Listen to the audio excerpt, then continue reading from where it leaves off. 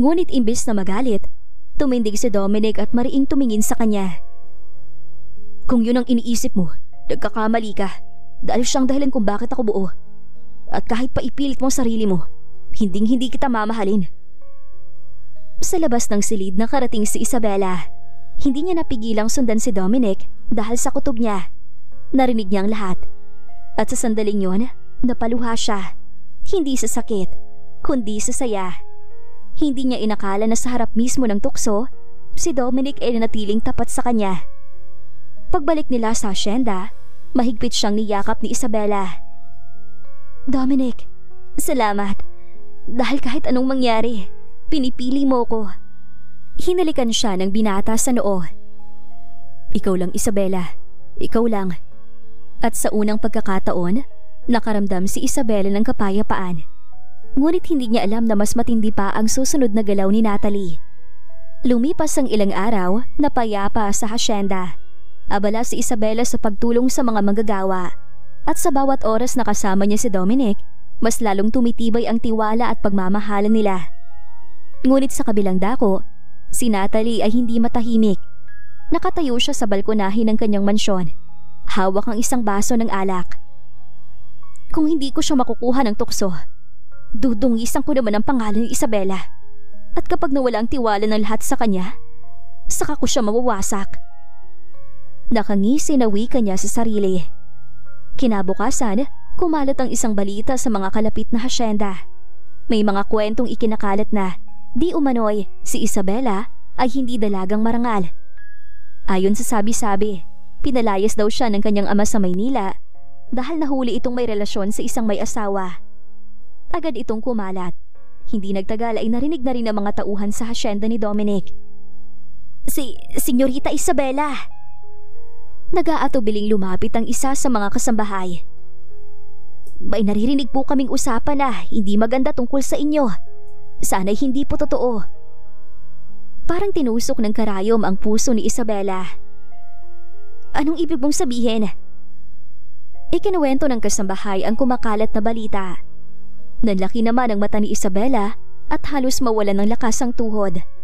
Alam niyang si Natalie lang ang may kakayahang magpakalat ng ganoong kasinungalingan. Nang makabalik si Dominic mula sa bayan, agad siyang sinalubong ni Isabela. Dominic, kumakalat ang mga kasinungalingan tungkol sa akin. Paano kung maniwala ang mga tao? Paano kung mawala ang tiwala nila sa akin? Hinawakan siya ni Dominic sa balikat at mariing tinitigan sa mata.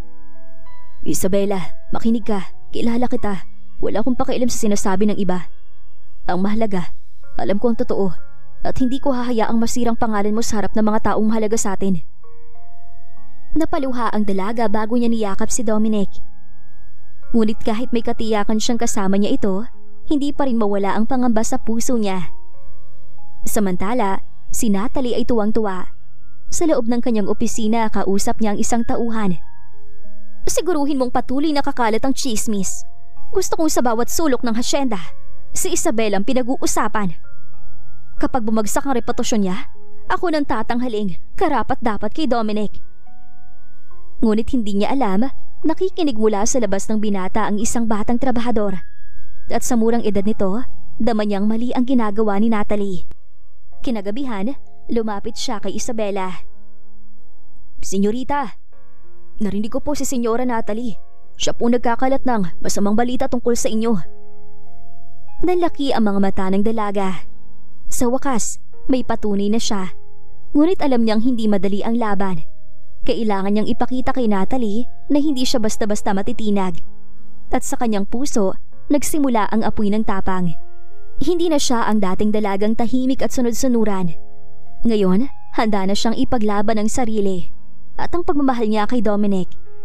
Kinabukasan, matapos marinig mula sa batang trabahador ang tungkol sa pakana ni Natalie, ay hindi mapakali si Isabela.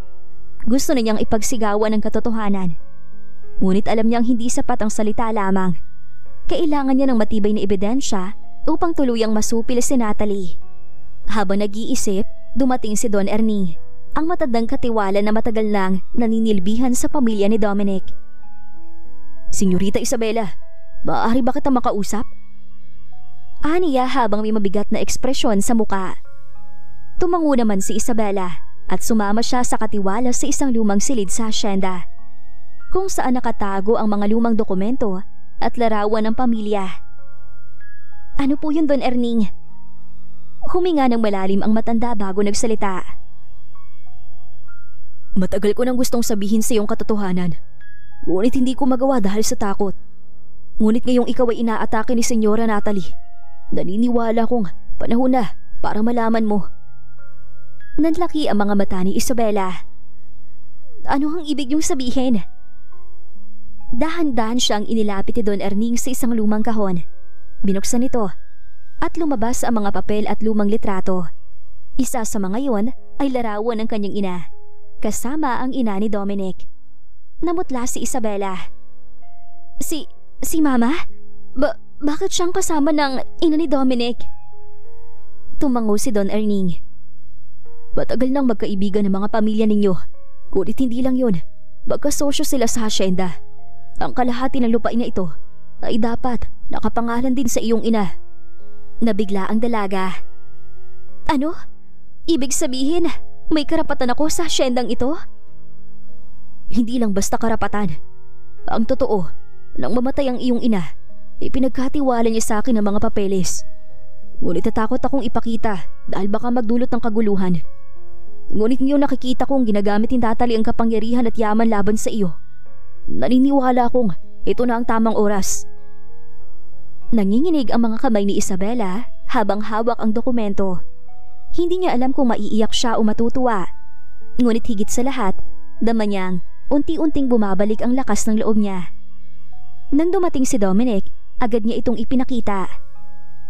Dominic, tingnan mo to. Ang pamilya ko pala. May koneksyon sa hasyenda ninyo. Hindi ako basta-basta tagalabas lamang. Ngayon ko lang to nalaman.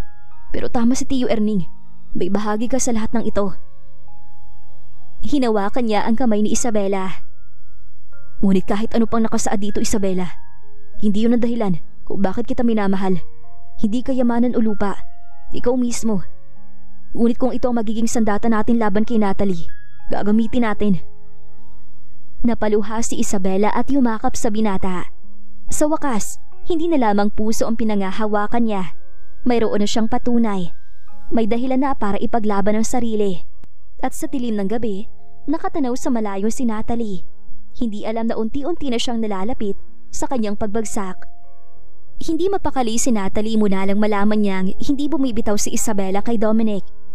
Lalong nag-alab ang kanyang galit nang marinig mula sa mga tauhan na may hawak na dokumento si Isabela na magpapatunay ng koneksyon nito sa hasyenda. Hindi pwede! Hindi ako papayag na maagawan ng isang hamak na taga-syudad! Sigaw niya habang nakatingin sa salamin at hinahaplos ang mamahaling alahas sa leeg. Kinausap niya ang isa sa kanyang mga tauhan, si Marcus, isang dating trabahador na tinulungan niya, ngunit ngayon ay ginagamit bilang kasangkapan. Marcus, oras na. Gusto kong mawala si Isabela. At kung maaari, siguraduhin mong hindi na siya makakabalik pa. Nag-alinlangan si Marcus. Senyora, hindi ba masyado na delikado yun? Baka makasuhan tayo. Mariing tinapik ni Natalie ang mesa. Hindi ako nagbabayad para marinig ang pangamba mo. Gawin mo ang ipinag-uutos ko at doble ang gantimpala mo. Wala na nagawa si Marcus kundi sumunod. Samantala, naglalakad si Isabela sa gilid ng bukirin nang makita niya ang isang batang umiiyak.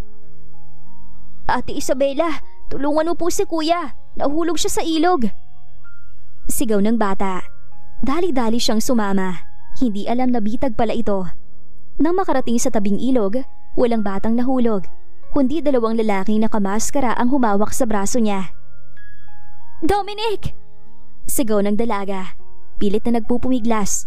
Ngunit mabilis nilang tinakpan ang kanyang bibig at pilit siyang isasakay sa kariton. Dahilan kaya unti-unti na siyang nawawala ng lakas. Nang bigla, bitawan niyo siya! Si Dominic, kasama sina Erning at ilan pang trabahador. May dala silang mga lampara at armas.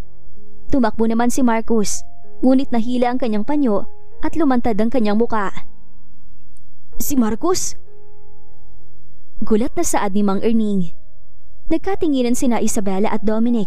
Alam nilang tao ito ni Natalie.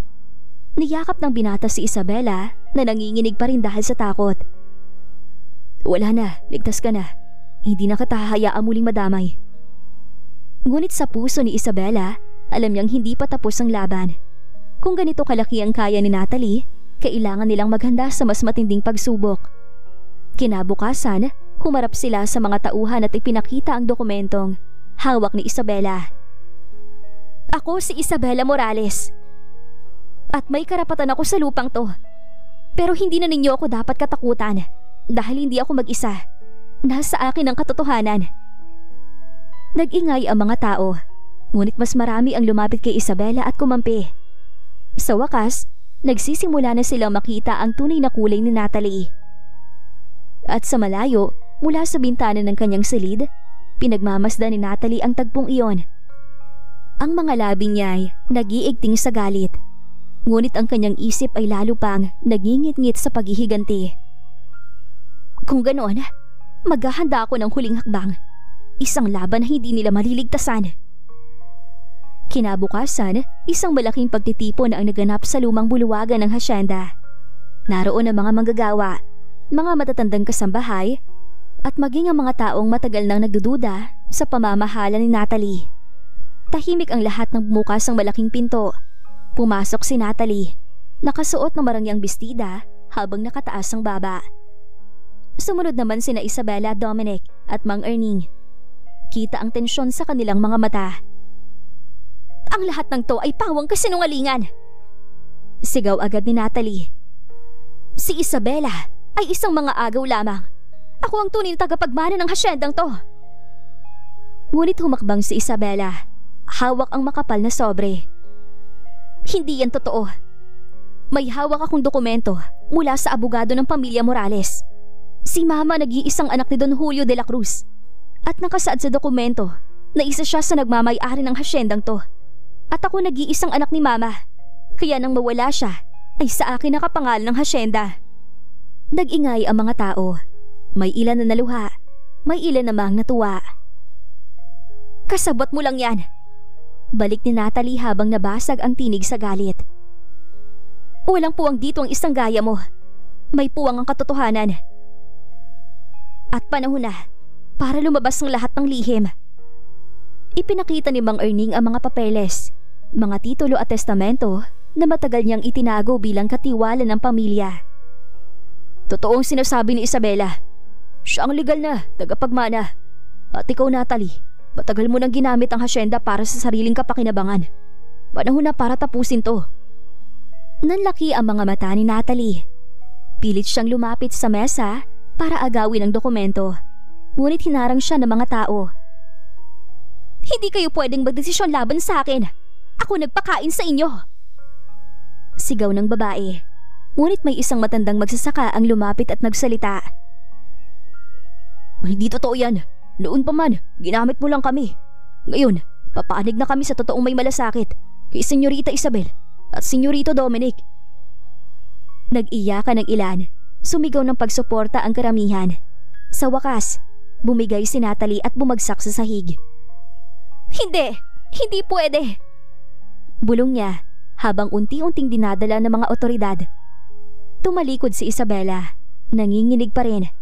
Nilapitan siya ni Dominic at marahang hinawakan sa balikat. Tapos na, ligtas ka na. At higit sa lahat, malaya na tayong magmahalan. Napaluha ang dalaga. Dominic, patawarin mo ko sa lahat ng naging pagdududa ko noon. Ngayon alam ko na, ikaw ang taong ipinagdasal ko. Ngumiti si Dominic at lumuhod sa harap niya. Mula sa bulsa ay inilabas niya ang maliit na kahon. Isabela Morales, handa ka na bang maging asawa ko at maging tunay na reyna ng hasyendang to? Napahagulhol si Isabela at walang alinlangan na tumango. Oo, Dominic. Kahit saang simbahan ay magpapakasal ako sa iyo. Sobra naman ang kasiyahan ni Dominic dahil sa wakas ay nahanap na niya ang babaeng magmamahal sa kanya ng totoo. Nagpalakpakan naman ang lahat. Ang mga luha ng kalungkutan ay napalitan ng tuwa at pag-asa. Ilang buwan na nakalipas ay nagpakasal sina Isabela at Dominic. Masaya naman ang papa ni Isabela dahil natupad ang kahilingan ng kanyang asawa na magkakilala sina Dominic at Isabela at planado niya lahat ng pagpunta ng kanyang unika iha sa hasyenda. At si Sander naman ay masaya para sa dalaga at tanggap niya umpisa pa lang na hindi sila nababagay ni Isabela, lalo at magkaiba ang mundo na ginagalawan nila. Habang si Natalie naman ay pinagbabayaran na ang patong-patong na kaso laban sa kanya. Pinamunuan na nilang mag-asawa ang Hacienda de la Cruz at lalo naging masaya at makulay ang hasyenda dahil sa kanilang napakabibo na anak na lalaki, si Gabriel Morales Falcon, ang bagong tagapagmana ng Hacienda de la Cruz. Ang tunay na pagmamahal ay hindi nasusukat sa yaman, edad o kapangyarihan, kundi sa kakayahang manindigan sa tama at ipaglaban ng isa't isa, kahit gaano pa kahirap ang laban. At dito na po nagtatapos ang ating kwento. Please like, share, subscribe for more updates. Maraming salamat po!